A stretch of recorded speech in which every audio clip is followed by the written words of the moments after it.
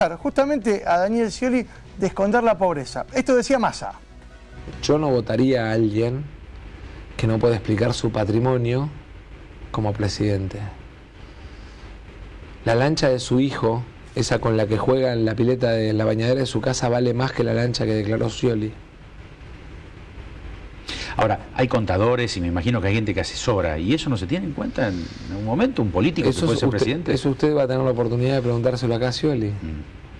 Me imagino que dará las explicaciones de por qué no puede explicar su patrimonio. ¿Quién es Macri?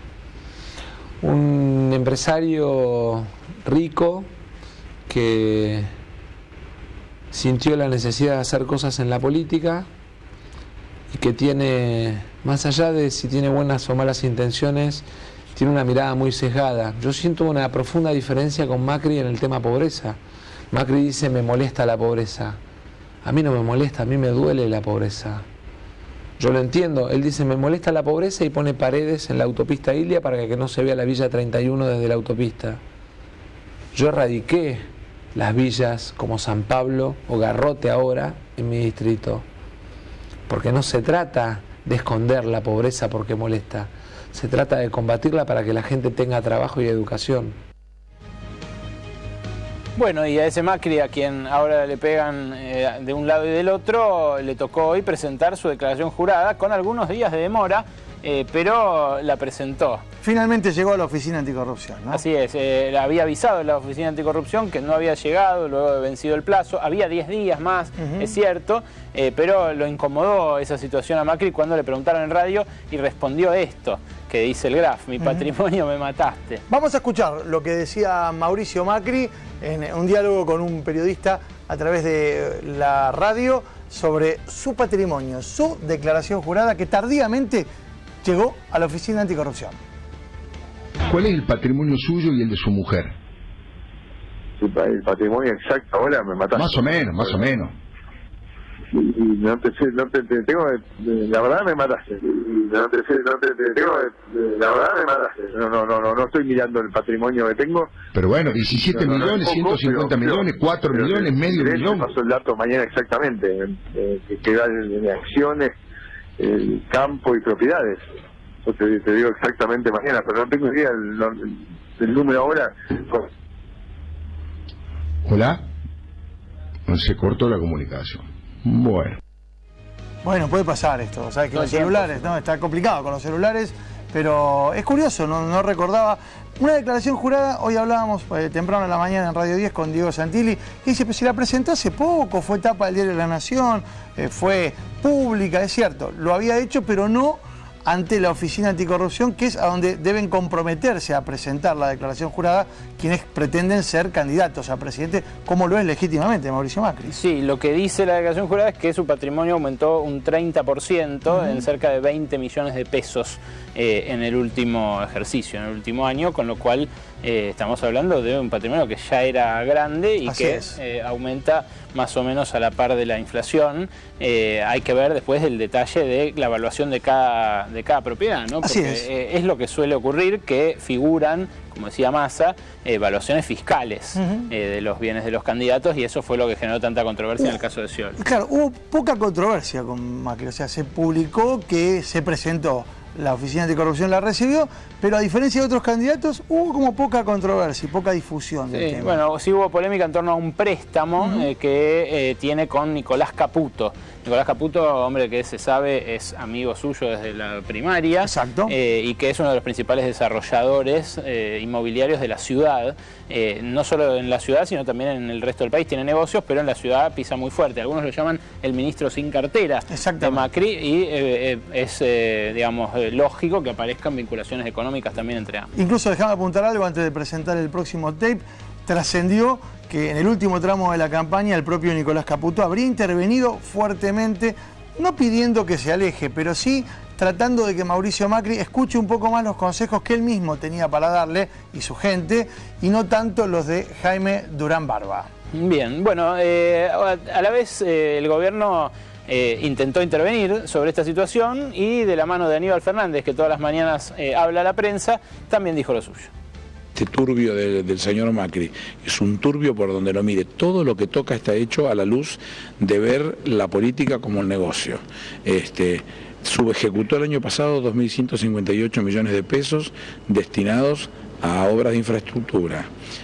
Pasó en un endeudamiento en el 2007 de $199 a $740 en la actualidad sin ningún tipo de explicación, porque no creció ni en trenes, ni en subte, ni en ninguna cosa importante. Y digamos, su consistencia en el seguimiento y en el cuidado de la cosa pública no ha sido el más satisfactorio, precisamente porque todo está basado en subcontrataciones o contrataciones directas. Entonces, mire si tiene cosas para explicar, donde él cree en el grado de impunidad que tiene, que puede hacer lo que se le antoja o trabajar con los tiempos, con las formas que a él se le antojan. Vamos a escuchar ahora el testimonio de uno de los economistas que Mauricio Macri ha distinguido como su referente en términos o en materia económica. ¿El presidente del Banco Ciudad? Exactamente, el presidente del Banco Ciudad, Rogelio Frigerio, que se refirió en términos muy categóricos, pero tal vez marcando alguna contradicción con lo que había dicho antes Mauricio Macri sobre los plazos que un eventual gobierno del PRO tendría para bajar los índices de inflación. El PRO dice que lo haría antes, que bajaría antes la inflación. ¿Cómo se baja tanto la inflación sin un ajuste? ¿Se puede hacer? ¿Cómo no se va a poder hacer? Por supuesto que no de un día para el otro. Por supuesto que no. Porque cada decisión de política económica que tomemos, tenemos que tener en claro que detrás de eso está la gente. Entonces, no se puede bajar la inflación de un día para el otro. Nosotros vamos a volver a tener la inflación de los países vecinos por lo menos en 3 o 4 años. No se puede hacer de un día para el otro. Y tenemos el debate político como todas las noches. Quédese, quédese. Algunos estaba mirando recién que nos escribían, nos decían cuándo. ¿A qué hora va? No les vamos a decir, en un ratito. Pará, claro, es el anzuelo que tenemos para retenerlo. Se quedan siempre igual, porque el debate político siempre es interesante. En un ratito la entrevista exclusiva de Gustavo Silvestre con Cristina Kirchner, aquí, en Minuto 1 en C5N. Bueno, muchos temas para el debate político. Están con nosotros hoy, como siempre, representadas todas las voces políticas. Está la diputada del Frente para la Victoria de la provincia de Misiones, pero diputada nacional Silvia Risco. Está Alicia Siciliani del Partido Socialista Santafesino. Enrique Zuleta Puseiro nos acompaña también, analista político y encuestador. Y Daniel Arroyo es candidato a vice de Felipe Solá por el Frente Renovador en la provincia de Buenos Aires. Silvia, ¿la sorprende ver este tipo de prácticas que se han denunciado respecto del PRO, de Mauricio Macri, en el ámbito de la Ciudad de Buenos Aires? La verdad que de Mauricio Macri, buenas noches primero, antes que nada. La verdad que nosotros los misioneros lo conocemos muchísimo a Mauricio Macri y creo que hasta mejor que los de la Ciudad de Buenos Aires. ¿Por qué? Porque no se olviden que la causa de las escuchas, donde Mauricio Macri está procesado, es un candidato a presidente que está procesado por causa de escuchas ilegales, costó 2 jueces que fueron destituidos en nuestra provincia. Ahí estuvo Fino Palacios, ahí estuvo Ciro James. Claro, esa causa tiene una vinculación directa, pero no solamente eso. Nosotros tenemos la mayor deuda pública de la provincia de Misiones en la gestión de Ramón Puerta, hoy candidato a diputado nacional por Massa en la provincia de Misiones. Cuando era gobernador, se llamaba a licitación y el que ganaba las licitaciones era Mauricio Macri. A ver, ¿quién es el candidato del Frente Renovador? Ramón Puerta. ¿Tiene algo para decir, Daniel Arroyo? No, coincido absolutamente que el sistema que ha establecido el PRO es bastante raro, no solo por lo de Niembro, sino hace poquito fue a Tandil y un cronista le decía que supuestamente habían pautado en su medio de comunicación y no se ha hecho. Sé que en Misiones pasó lo mismo con algunos medios, está claro que ahí hay un problema importante y si alguien quiere pensar la transparencia, lo primero que tendría que hacer es publicar toda la información y que sea verídica. Lo que planteó Macri de que había un error de carga, es evidente que no funciona así la cosa. Se incorpora a la mesa de debate la diputada Patricia Bullrich. ¿Qué tal, Patricia? Buenas noches. ¿Qué tal? ¿Cómo les va? Bueno, buenas noches, disculpen la demora. Disparaban sobre el tema del PRO, de las prácticas que el PRO ha tenido Mauricio Macri en la provincia de Misiones. Y bueno, estás en representación del PRO, así que sería interesante, no sé si alcanzaste a escuchar lo que decía la diputada Risco sobre los mecanismos que se utilizaron en la provincia de Misiones, que Mauricio Macri utilizó en la provincia de Misiones, que lo remiten a la causa de las famosas escuchas, la causa por la que está procesada Mauricio Macri. Mira, nosotros ya hemos dicho lo que teníamos que decir y en este momento nuestra actitud va a ser discutir cuáles van a ser las propuestas que vamos a plantear para el país. Sabemos que estamos bajo un fuego cruzado y que esto tiene intereses políticos muy serios y sabemos lo que han sido estos años de violencia política y verbal. Así que en este momento estamos presentando un plan que para Misiones va a ser muy importante, para todo el NOA y todo el NEA, que es el Plan Belgrano, que es un plan que tiene como objetivo que el norte y el NOA y el NEA de nuestro país sean una zona productiva, que sean, digamos, menos dependientes del presupuesto nacional y con más desarrollo y más posibilidades en educación, en infraestructura, en las distintas áreas que nosotros hemos desarrollado. La verdad es que es la primera vez que en la Argentina se plantea un plan de este tipo. En este momento, quizás ya pasó, porque yo vengo de una serie de eventos en la capital, en este momento se está lanzando en Tucumán, así que en Tucumán, Jujuy, Salta, Formosa, Misiones, Corrientes van a tener por primera vez en la historia argentina con el gobierno de Cambiemos y de Mauricio Macri un tratamiento Cuéntenos dos o tres de las medidas que contiene el plan antes de que salte a la yugular la diputada que está riéndose de lo que estaba diciendo. Bueno, sí, no sé por qué me va a saltar a la yugular, porque uno puede discutir sin necesidad de saltar a la yugular. Pero bueno, lo primero que estamos planteando es comenzar en el norte argentino con lo mismo que se hizo en la Ciudad de Buenos Aires, hasta ahora el único distrito del país, que es con la educación desde los 3 años, que nos parece que es fundamental porque eso genera una posibilidad de mejoramiento muy fuerte de las condiciones, con la tecnologización de todas las escuelas del norte argentino, una especial dedicación a la educación, una especial dedicación a la infraestructura. Ustedes saben que hoy los transportes son bastante caros para la producción de la zona, así que el conjunto de las rutas que son rutas productivas van a tener un mejoramiento muy fuerte, es decir, las obras de infraestructura van a estar en el orden de los 16.000 millones de dólares, esto lo tenemos totalmente presupuestado.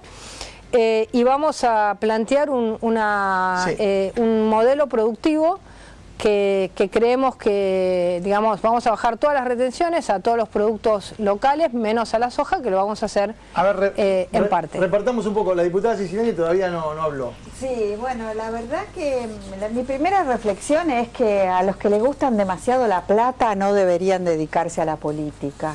Y tomo las palabras de Pepe Mujica, ¿no? Porque la ejemplaridad en la política y la ejemplaridad de los dirigentes realmente va a ser un cambio. Presentar una declaración jurada en tiempo y forma es bueno, no solo por los contenidos, por el fondo y por la forma. Hay que respetar los tiempos y hay que respetar la cosa. Por ejemplo, yo digo, en la provincia de Santa Fe, en plena campaña electoral por la provincia, por la gobernación de la provincia, el candidato del PRO no había pagado sus impuestos inmobiliarios, Miguel del Cel, al campo que tenía. Eso denota una conducta de falta de ejemplaridad. La candidata del PRO a primera diputada nacional tiene una cuestión en la justicia por defraudación, por una causa que todavía no tiene resolución judicial. Es Anita Martínez, la primera candidata. Lo mismo el candidato a senador. El tema de la corrupción. La verdad que me extraña mucho de la diputada Siciliani, a quien admiro profundamente, porque fuimos los primeros en defender al Partido Socialista cuando les dijeron que era el narcosocialismo. La verdad que en ese momento sufrieron un ataque muy injusto, muy brutal de parte de un diputado nacional. y salimos todos en la defensa. Bueno, nos parecía, tienen que seguir defendiéndonos, Patricia, nos parecía que era el candidato de ustedes, barbaridad. Reutemann, así que la verdad, Siciliani, ayer de Wiener dijo que si vos querés entrar era en el esa, responsable del narcosocialismo en Santa Fe, lo dijo Wiener en la capital. Vos sabés que nosotros no lo decimos. Elisa Carrió de Cambiemos todavía estamos esperando que le pida disculpas a Bonfatti. Realmente es una vergüenza nosotros el uso político a hablar, que hacen con el tema del narcotráfico. Yo les quisiera, vos estás haciendo un poquito lo mismo. Una cuestión de... a mí me gustaría que Patricia Bullrich, representante acá del PRO, ahora del PRO, yo no soy del PRO, soy de Unión por Todos, partido al que represento. Porque un día no confunda, soy desde 1997 el mismo partido. Pero yo lo que quisiera saber, porque al hablar sobre los proyectos de crecimiento sobre las regiones del NEA y el NOA, todos se llenan la boca, hablan mucho sobre el sector más pobre del país. Pero después, llegado el momento, yo quisiera saber, ella habló de obras sobre la educación. ¿Va a ser aportar a la educación privada como se hace acá y debilitar a la educación pública como se hace en la ciudad de Buenos Aires? De infraestructura, ¿a quién va a poner al frente?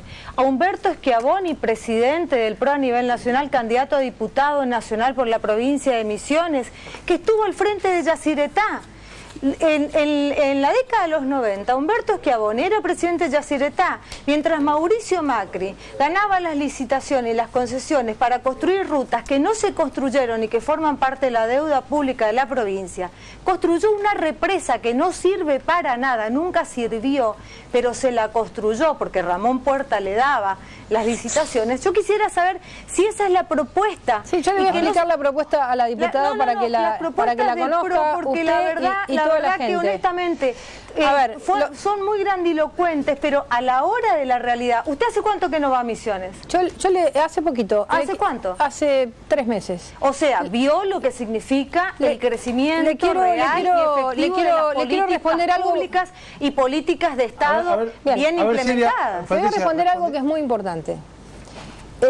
Porque, a ver, una cosa es la imagen y otra cosa es la realidad.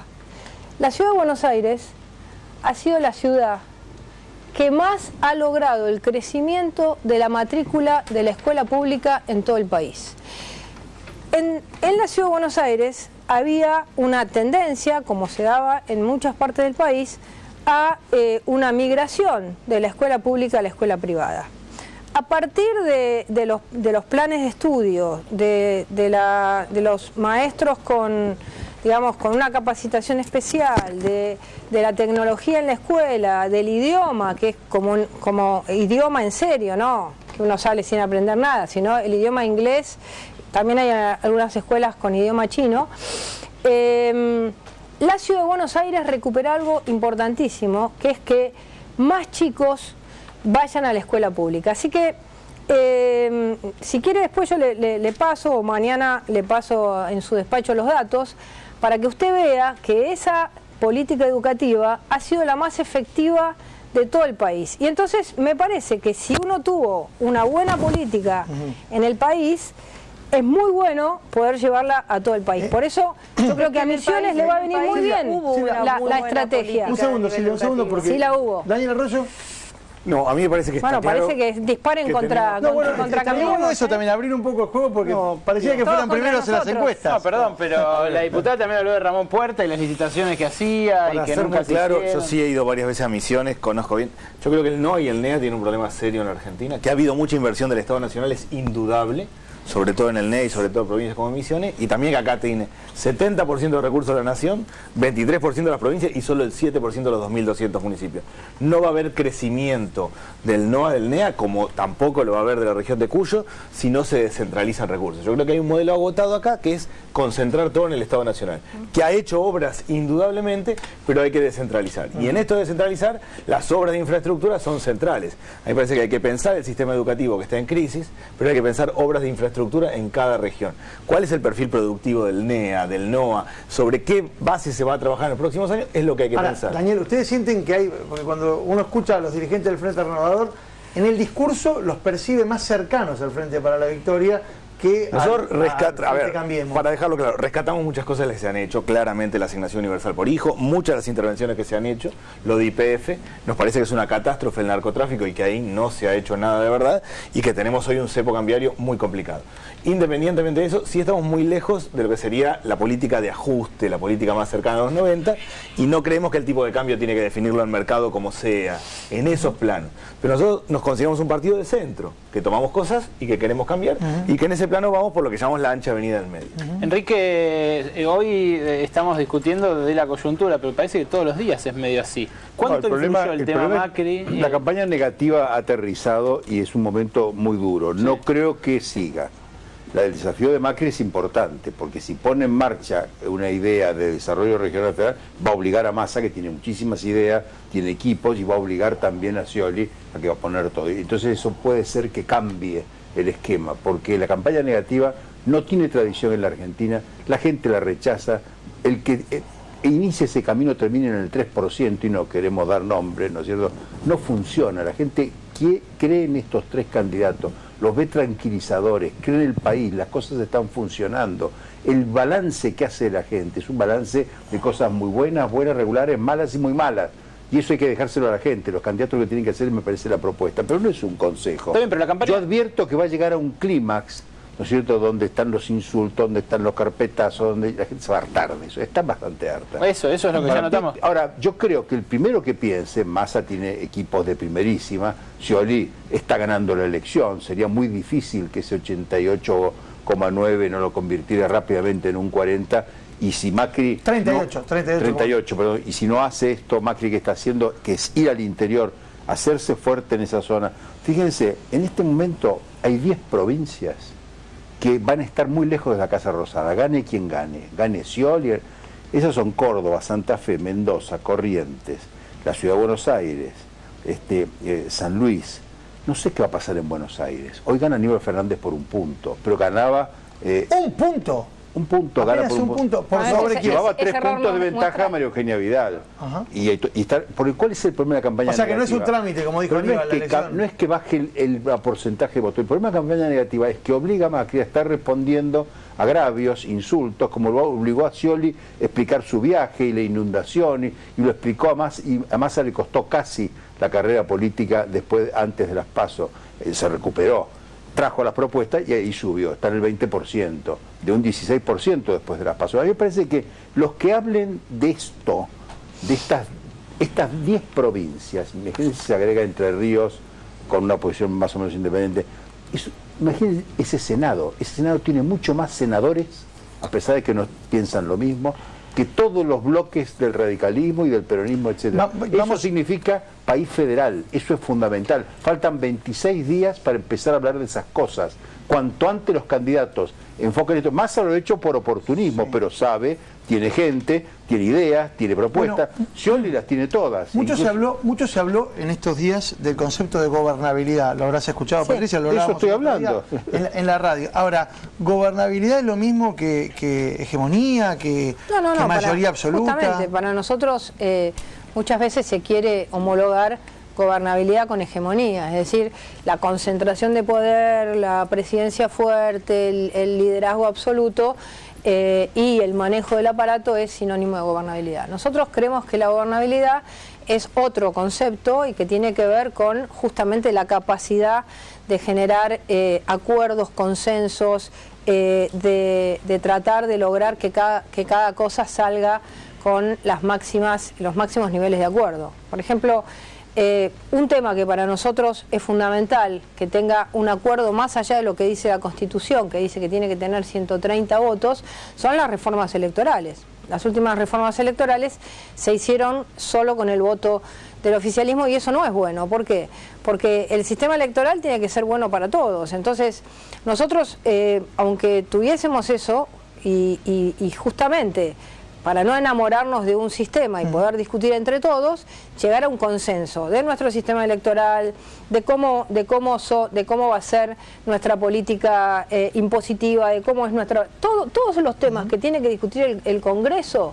Es para nosotros gobernabilidad, es justicia independiente, gobernabilidad es libertad de prensa, gobernabilidad es respeto a las provincias y no manejarlos con la caja. Eso es para nosotros gobernabilidad. Es gobernabilidad democrática, no gobernabilidad extorsiva. Son como dos conceptos distintos. Los tres candidatos garantizan eso. Yo le garantizo eso, por eso pudo apenas sobrevivir durante 8 años. Vos podés hablar de los tres porque sos encuestador. Yo voy a hablar del candidato nuestro. Yo te hablo, digo, los tres candidatos están en ese registro. Pero mucho más cosas en común que la diputada habla de gobernabilidad. Los que tenemos que garantizar la gobernabilidad somos, en este caso, también el Congreso de la Nación, la Cámara de Diputados y la Cámara de Senadores. Y parece que se olvida que hubiese estado en el 2010 como diputada. Estuvimos juntas en esa Cámara. La diputada también, cuando ni siquiera, me extraña, qué mayor ejemplo de palos en la rueda para un gobierno, para un proyecto político, que no aprobarle el presupuesto nacional. Hoy, perdóname, y eso en el 2010, eso en el 2010 pasó en la Cámara de Diputados de la Nación cuando se formó el famoso Grupo A, que eran los que habían perdido las elecciones y que no sacaron una sola ley. Lo único que sacaron, y lo hicieron a propósito, sabiendo que no se podía sostener, era el 82%. Recién terminamos la reunión de la comisión. Recién terminamos la reunión de la comisión de presupuesto, claro. Y yo decía que no me siento responsable de que no haya tenido presupuesto, porque cuando vos tenés minoría, porque la gente no te acompañó, tenés que consensuar, porque eso es democracia, aceptar la minoría. El gobierno, como tiene la ley de emergencia económica y que la vuelve a prorrogar, se dio el lujo de no escuchar a la oposición y gobernar sin presupuesto. Yo creo que eso es una baja calidad institucional. Y yo acuerdo con Zuleta y trabajo para Margarita Stolbizer y hablo de los tres candidatos. Los tres candidatos empezaron la campaña con Tinelli. Empezaron la campaña bailando y cantando, y con objetivos y con grandes promesas, todas muy parecidas. Creo que la gente está obligando a que digan, más que una expresión de deseo, porque ¿quién no va a estar de acuerdo en que se desarrolle el norte? Bueno, ¿cuál va a ser la relación nación-provincias? A mí me parece que el tema de la gobernabilidad no va tanto por el diálogo o no diálogo, que creo que vamos a un esquema más de diálogo, sino que hay un problema social de base. Acá hay 28% de pobreza y ese es un problema crítico, en serio. Hay 1,5 millones de jóvenes que están afuera de todo. El que vende droga gana más que el que trabaja. Eso es la problemática de la gobernabilidad cotidiana. Hay mucha política social, sin duda, vuelca mucho dinero el Estado para atender, pero acá el problema, yo no veo que haya un problema de diálogo en los próximos años ni de acción en el Parlamento. Hay un problema de vida cotidiana. ¿Está ese problema social, Risco, en Argentina hoy? El problema social, ¿cómo no va a existir el problema social si... ¿Se acuerdan cómo nos dejaron el país? Bueno, 12 años. Yo me acuerdo, pero no me lo contaron. Ha pasado lo vi, sí, pero ¿sabes qué? De tener mujeres canjeando por una bolsa de mercadería los certificados de función de sus hijos por desnutrición, eso yo lo vi, no me lo contaron. De ahí, que falta mucho por hacer, hace falta mucho por hacer, pero nosotros tenemos un candidato coherente como Daniel Scioli, que a nosotros, a todos los argentinos, los que nos propone, y teniendo como base lo hecho en todos estos años por el gobierno nacional y popular, es desarrollar ahora las políticas que están cimentadas. Hoy podemos salir a desarrollar. No habla de fracturas, no habla de grietas, no hablas de cambio. ¿Por qué? Porque el cambio sí o sí te implica que vos estás en crisis para cambiar. Es fácil hablar de cambio cuando vos querés ser, como en el caso de Macri, de hecho, es una apuesta totalmente diferente. Lo tenemos con el Garrahan. A mí la verdad es solo pensar que mi provincia esté dentro del esquema de análisis de una política del PRO, me asusta. Porque nosotros tenemos un parque de salud ejemplar que lo hemos construido en estos años. Y no quisiera que pase lo del Garrahan. Hoy podés tener infraestructura de salud muy buena, pero no tenés un sistema integrado de salud. ¿Cómo que no? En la provincia de Misiones sí la tenemos. Y a nivel nacional también se está desarrollando. Quisiera plantear dos cosas. En primer lugar, plantear que el presupuesto es la ley más importante que un país tiene. El presupuesto entró hace 15 días, la diputada Siciliani está en esa comisión, yo no estoy, y se va a votar el próximo 7 de octubre. Eso no es una discusión de un presupuesto. Un presupuesto se discute, tiene que venir cada ministro, tiene que decir qué es lo que pasa en cada área, tiene que escuchar a las provincias, tiene que escuchar a los sectores. Así se discute un presupuesto. Y además, el presupuesto nacional tiene 2 artículos. El primero es, presento el presupuesto nacional, y el segundo es el artículo final de forma de cualquier ley. ¿Por qué? Porque adentro del presupuesto, como están las leyes de emergencia, lo que permite es que todo el presupuesto se pueda cambiar. Y hace muy poco salió un decreto de necesidad y urgencia que hizo un cambio estratégico en el presupuesto. Lo que nosotros vamos a plantear, como Cambiemos, y Mauricio Macri va a plantear lo mismo que hace en la ciudad.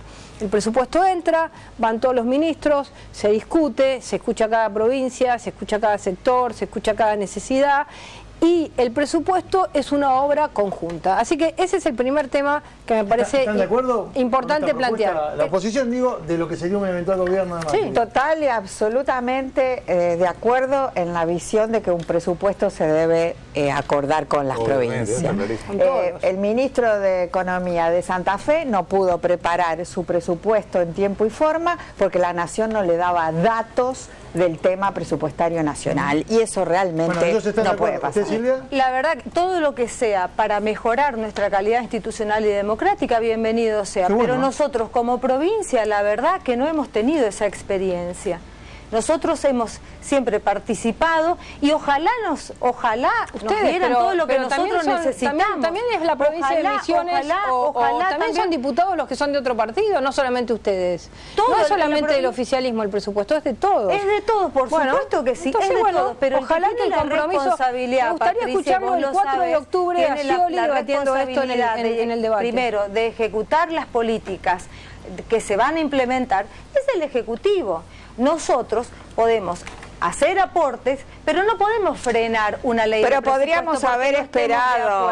Porque si no, en todo caso, postulémonos para presidente y entonces hay pero para el presupuesto lo dice la Constitución, lo aprueba el Parlamento. O si no, digámosle a la gente, digámosle a la gente, Ejecutivo, lo hace los diputados de la Nación van a tener el poder de aprobar o no, de dejar o no a todo un país, porque no hayan ganado las elecciones, las minorías que no hayan ganado las elecciones, van a tener el poder de dejar a un país sin presupuesto eso nacional. Pasaría en la ciudad, eso pasaría en la ciudad de Buenos Aires. Fíjate que a nivel eso nacional, pasó en el 2010. Yo te voy a decir, vamos a hacer una reflexión sobre eso. Eso fue responsabilidad del oficialismo. Eso pasó. Pero hagamos una reflexión. A ver, si la ciudad de Buenos Aires se queda sin presupuesto, como solamente puede disponer en las partidas secundarias del 5%, no podría gobernar. Si a nivel nacional, como está la ley de emergencia, vos no votás un presupuesto y pasás desapercibido. Fíjate, por ejemplo, ustedes lo han visto muchas veces en Estados Unidos, no se vota el presupuesto y cierra la administración, no gastan un peso. Muchas veces no, pasó una vez hace 2 años. pasó. No, pasó 2 veces. Sí. Yo me acuerdo en el año 92-93 pasó una vez le pasó, y hace... A Clinton le pasó y recientemente también. Pasó Clinton y pasó ahora. Entonces, eso quizás es no poder gastar un peso, por eso el 5% es razonable. Sí, sí. Ahora, una cosa importante es, y a mí me parece que sería una propuesta para hacer ahora, hay elecciones.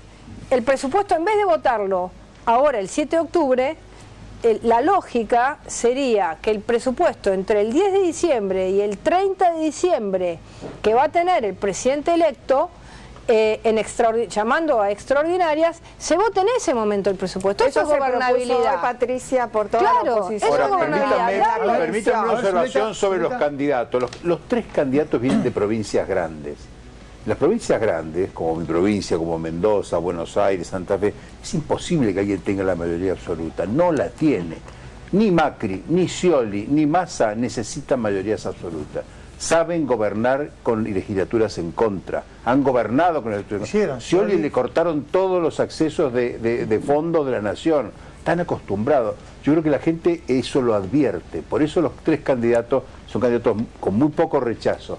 Ahora, convertir la campaña en un aquelarre para discutir lo que pasó y contar la historia vieja y pensar que eso se va a continuar es para asustar a la gente. Yo creo que la gente está tranquila porque sabe que los 3 saben gobernar sin mayoría propia, sin corte propia, sin empresarios chupamedias, sin sindicalismos comprados, o sea, son los tres son iguales. Hablando del sindicalismo comprado, me interesa introducir este tema porque hubo mucha discusión y cuestionamiento sobre el modelo sindical argentino y ayer hubo un encuentro que no fue casual, fue programado, un homenaje a los camioneros en donde Mauricio Macri estuvo con Hugo Moyano. Un homenaje de los camioneros a la gestión de la Ciudad de Buenos Aires de Mauricio Macri en relación a cuál es el convenio colectivo logrado entre las partes. Pero claramente hubo una foto política.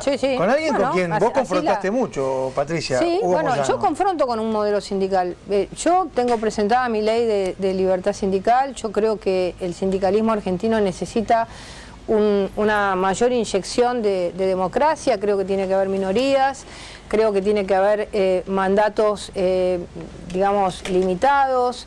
Creo que tiene que haber una separación muy fuerte de los fondos de los sindicatos y que el sindicalista tiene que vivir acorde a lo que es el gremio que administra. Y Moyano representa todo lo contrario. Bueno, a ver, a mí me parece que lo de ayer con Macri fue muy importante. Primero, yo no tengo una pelea personal con Moyano, yo tengo una discusión con el modelo sindical argentino. A mí me parece que fue muy importante por algo, porque a nosotros nos dicen que todos los sindicatos o que todo el mundo sindical o el mundo trabajador está ligado al PJ o está ligado a... Bueno, esto demuestra que no es así. Y ayer dijo una frase bastante graciosa Moyano, porque dijo, si la derecha, entre comillas, dijo, hace convenios como el que hizo Macri, viva la derecha. Lo dijo en un sentido, digamos, digamos, si la Ciudad de Buenos Aires... le preguntó a Macri si le podía decir compañero y Macri dijo que sí. La Ciudad de Buenos Aires resolvió... es el distrito que menos problemas tuvo con los docentes porque lo administró bien el conflicto y el sueldo. La Policía Metropolitana es la que más gana en todo el país. Son 5.000 agentes, bueno, está bien, pero es la que más gana en todo el país. De todas las provincias tenemos la responsabilidad. Si nos pasan, y además, Patricia, es la Ciudad de Buenos Aires, los ingresos de la federal. Por eso a mí me asusta que un intendente de Buenos Aires proyecte al país. Bueno, el jefe de gobierno de una ciudad proyecte un país. Ya de la Rúa aparecía como un exitoso intendente y después cuando quiso pensar la nación. Pero bueno, me puede decir que Buenos Aires podés compararla con el NEA, porque es otro mundo. A ver, ¿por qué un gobernador de la provincia de Buenos Aires puede proyectar un país y un jefe de gobierno no? Y, por ejemplo, digamos, alguien como Margarita, la que yo respeto profundamente, que ha sido legisladora, no ha tenido cargos Alfonsín ejecutivos. Tampoco, pero tiene una cabeza y un pensamiento. Bueno, pero para vos tiene una cabeza y un pensamiento, pero a ver, negarle a la Ciudad de Buenos Aires, que es una ciudad compleja. No le niego, pero no pongamos en comparación. Además te voy a dar dos ejemplos que a vos te van a gustar, Alicia. El primero es el ejemplo del Frente Amplio. El Frente Amplio, que aparentemente no podía gobernar Uruguay porque venía de toda la historia difícil de los años 70, a partir de gobernar Montevideo, pudo gobernar el país. Sí, claro, son socialistas. Bueno, pero gobernar una ciudad, capital. Segundo ejemplo, Brasil con el Partido de los Trabajadores. A partir de Curitiba y de Porto Alegre, se rompió el prejuicio que había con el PT. Pero nosotros, a partir de Rosario, pudimos gobernar Santa Fe. Y a partir de Rosario ustedes hubieran podido gobernar el país. Lo que pasa es que Wiener no se presentó. Exactamente. Los tres candidatos tienen título de gestión. No, estamos yendo del tema. Estábamos hablando de sindicalismo. Patricia nos está diciendo que en este caso el apoyo del sindicalismo mostraba que no son todos progresistas. y Margarita también se juntaron con Moyano, pero fueron a la CGT institucionalmente. Pero además, Patricia, haya o no un tema personal, la semana pasada o hace 10 días estaban acá con Facundo Moyano y se decían esto. Yo igualmente, a vos que venís de un sindicalismo que lo único que hace es enriquecerse. A vos te denunciamos cuando le bajaste el sueldo a los jubilados. Lo que sí me acuerdo es que a vos te denunciamos. A vos te denunciamos, Patricia. Cuando le pedí la declaración jurada de bienes, no podían contestar por los bienes. No me tires con eso, es un hecho concreto. El hecho concreto es que ustedes son el proyecto del ajuste. Hablemos del proyecto del ajuste. Me hago cargo de esto. Vos no te haces, no, porque yo permanecí, no, estás equivocada. Yo permanecí 2 años. Yo permanecí 2 años. Ya siendo sindicalista, Patricia. Muy, viste, pichoncito de sindicalismo. Eso es lo que sos vos. Sí, exactamente. Por otra parte, yo lo que digo, eso es lo que no quiero. No, nada más que eso. Vos no querés que existan directamente. Vos no querés que existan. Yo digo otra cosa.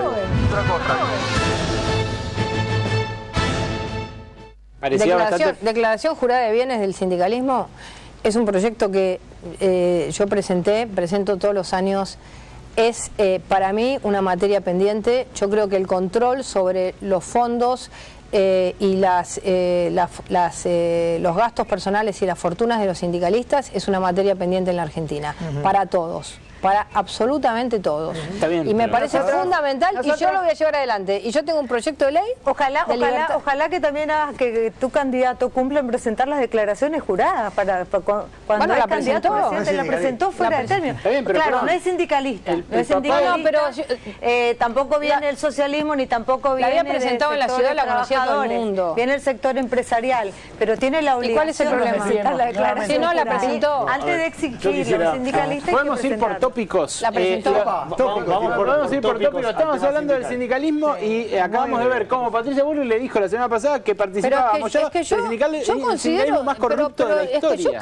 Yo creo que el sindicalismo argentino tiene una materia pendiente. Cuando vos ves el nivel de vida de muchos de los sindicalistas argentinas, es una materia pendiente que yo voy a pelear toda mi vida para que un sindicalista en la Argentina tenga como pasa con muchos sindicalistas que están en algunos gremios, que vivan acorde al salario de sus trabajadores. Suscribimos con las dos manos, pero Moyano no representa eso. No, ¿qué tiene que ver que no lo represente? Eso no quiere decir que uno no... Se abrazó y dijo, se trataron de compañeros. Bueno, lo que se hizo fue el reconocimiento a una gestión de gobierno.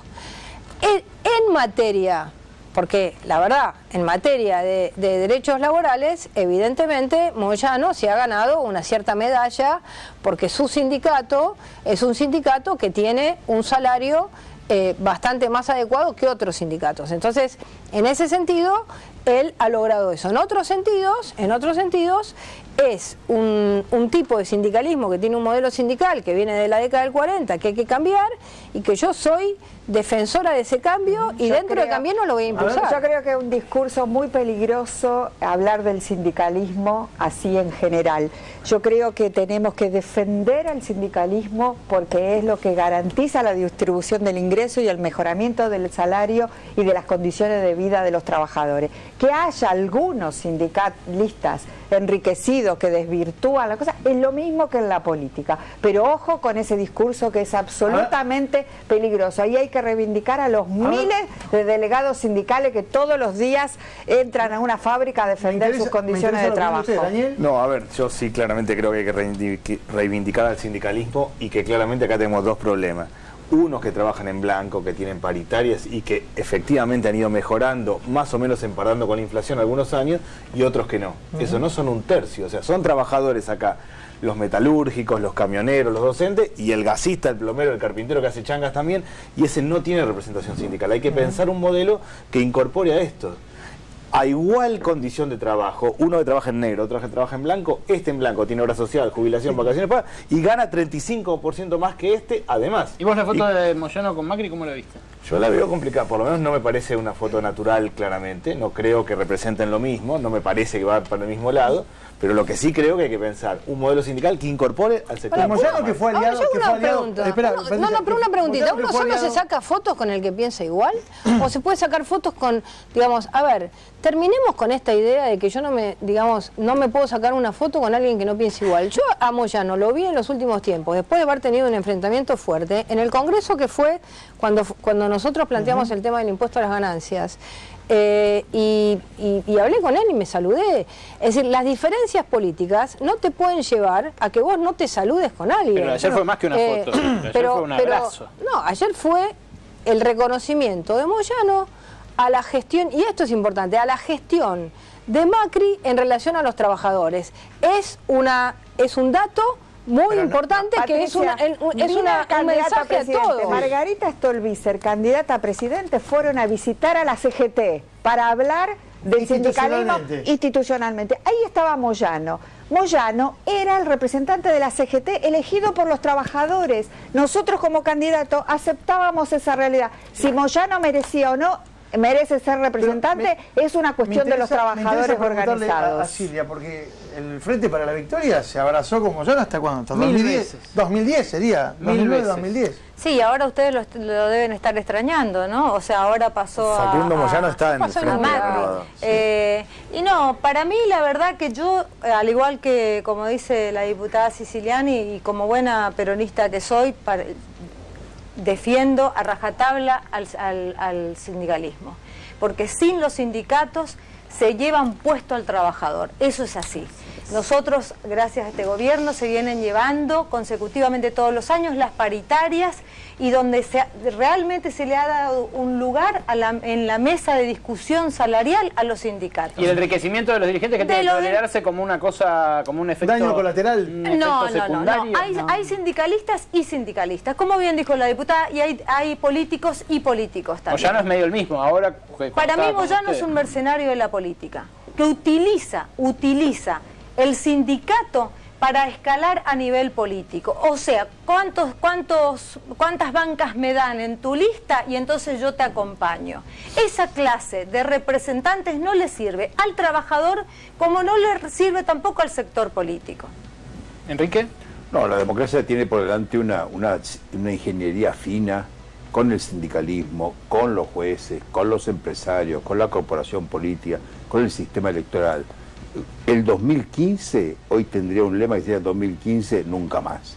Creo que lo que ha mostrado el sistema político es su incapacidad para acompañar la extraordinaria vocación de la gente por estabilizar el sistema, por abrir un nuevo país, y me parece que esa es la expectativa.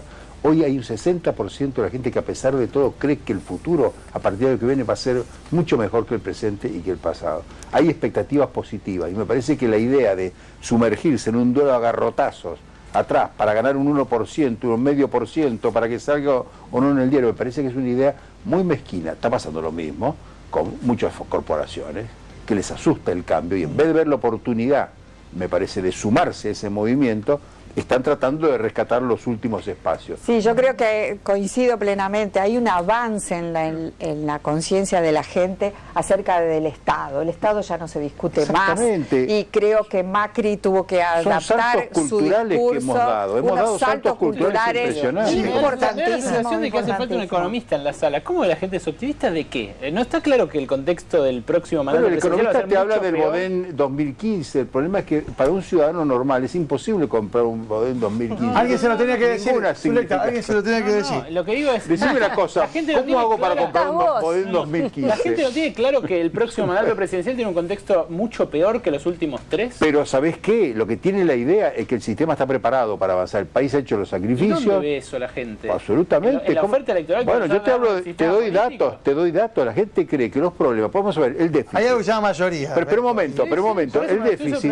El déficit de Menem, por ejemplo, es altísimo. Dicen que hoy es mayor tal vez. Pero el déficit de Menem, 95% eran servicios de la deuda. El déficit el 65%, son subsidios a la energía. Sí. Los problemas han cambiado, la estructura de esos déficits, la envergadura de los problemas es muy diferente. El país tiene muchísimas más herramientas que en el pasado. ¿Y eso qué es una ventaja de este gobierno? No, el gobierno ha tenido la inteligencia, la voluntad, el desparpajo en algunos casos, pero la gente ha tenido una capacidad de posponer expectativas, porque la política no puede imponer sacrificios presentes y beneficios futuros. Ninguno de los que habla promete sangre, sudor y lágrimas. Todos dicen que van a mantener la misma cosa. Pero la gente sabe que eso lo va a hacer. ¿Sos tan optimista o sos más de Churchill? No, yo creo que estos últimos 4 años, que han sido años de estancamiento, justamente el cambio de paradigma que nosotros vamos a llevar adelante, lo que va a hacer es generar una política expansionista. Por eso es que nosotros le estamos dedicando tanta importancia a la infraestructura. Por eso la Ciudad de Buenos Aires es la ciudad que más gasta en infraestructura en todo el país, sin participar de la coparticipación. Por eso es que nosotros creemos que digamos, tenemos que tener un solo dólar para generar confianza y no 3 o 4 dólares. Por eso creemos que es importante que haya verdadera inversión en la Argentina y creemos que nosotros vamos a tener las condiciones para lograrlo. Y recién venía, por ejemplo, de caminar con Horacio Rodríguez Larreta por Caballito, que hay muchos vendedores en la calle, ¿no? Y entonces me decía, uno de los problemas que siempre existe es entre el vendedor de la calle y el comerciante. Sobre la ¿no? avenida Avellaneda, sobre todo. Sí, esto era sobre la avenida Rivadavia. Entonces se me acercaron varios y me dijeron, bueno, pero a ver, ¿nos van a echar? Yo dije, a ver, ¿por qué no pensar que este vendedor puede tener mañana su comercio, en vez de pensar en que simplemente va a ser va a tener un espacio para poner su feria en algún lugar? ¿Por qué no va a poder alquilar un comercio y por qué no va a poder...? Porque lo sacaron varias veces de la calle. No, bueno, pero porque objetivamente... ¿Cómo, Enrique? No se puede tener una pyme en la Argentina. Bueno, hoy no se puede. Un negocio. Ese señor, el día que tenga factura y tenga que crear empleo en blanco, no va a poder soportar. Se le cae el negocio. Hay una cantidad de gente por eso hay que hacer posible los negocios. No tener una política impositiva fuerte, tener un Estado... ¿Qué es una política impositiva fuerte? Un Estado fuerte, proactivo, generando una política de empleo. El sistema tributario es antiempleo, es antiproducción, es un sistema tributario que viene de la época de las peleas de caballo con el fondo, lo fuimos repitiendo, no se modificó absolutamente nada. Hay que incorporar una palabra que es productividad. Claro, el sistema productivo, y eso lo sabe tu candidato lo sabe perfectamente. Scioli es un planteamiento fundamental en Scioli. Por eso, no solo es Macri, Scioli, hay 25 ciudades hoy en la provincia de Buenos Aires que hoy están creciendo, no fue solo el tirón de la soja. Buenos Aires produce ¿cuánto? El 50% del Producto Bruto, 49% probablemente. Sí. Es una revolución productiva. No lo diga, por favor, pensé que te ibas a... La revolución productiva. Es una revolución productiva en el mejor sentido de la palabra, es innovación. Andame, fíjate, estuvimos el otro día viendo en la Universidad de Palermo un libro nuevo extraordinario sobre el fenómeno de las universidades en Buenos Aires, en el interior. El fenómeno de las universidades regionales en todo el país. Vimos el caso de Buenos Aires, vimos el caso del NEA, etcétera. Se está generando un proceso de innovación productiva impresionante. Y los candidatos lo tienen que mirar, lo tienen que acompañar. Les tengo que agradecer a todos. Solamente, Enrique, decime los números esos en 2 líneas de Aníbal y María Eugenia Vidal. 30-29, pero es poco significativo. Mucho corte de boleta, o sea, Scioli bueno, ganaba. ahí está el tema. Felipe Solá, por ejemplo, que aparece hoy en este momento con un 18%, algo menos de lo que tenía. Mi percepción es que está haciendo una campaña solo, no sé cómo le va a Arroyo, pero va bien. La percepción nuestra es que vamos creciendo. A Massa por Buenos Aires. Creo que se tendría que dar cuenta Massa que el único lugar donde puede crecer es en Buenos Aires, en Córdoba. Va a estar bien. De acá al final. Gracias a todos. Gracias a todos. Lo dejamos discutiendo esto en la pausa. Muchas gracias. Y a ustedes...